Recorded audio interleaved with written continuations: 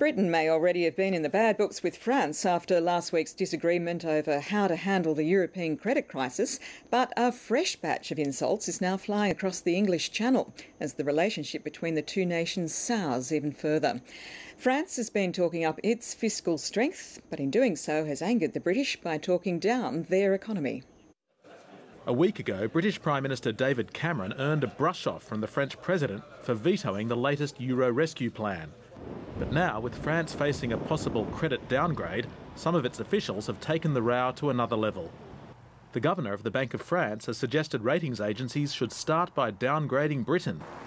And the country's finance minister chimed in with another dose of French pride. We don't have any lessons to give, but we don't want to be given any lessons either.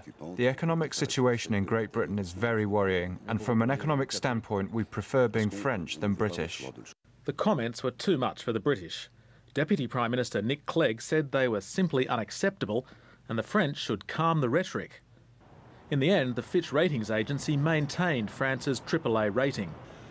But its high cost of borrowing and exposure to the crippling debts of its Eurozone partners leave France vulnerable, prompting Fitch to change its outlook from stable to negative. French officials very well know how acute their problems are and how damaging this downgrade would be. So what they're trying to do here is to deflect attention away from their own problems. At least one Englishman in Paris wasn't joining in the row. It's important that we have a good relationship between the two countries, of course. I've never had any aggression from French people towards me because I'm English. But in London it was a different story. It wouldn't surprise me if they are just trying to be a little bit nasty towards us as they tend to be.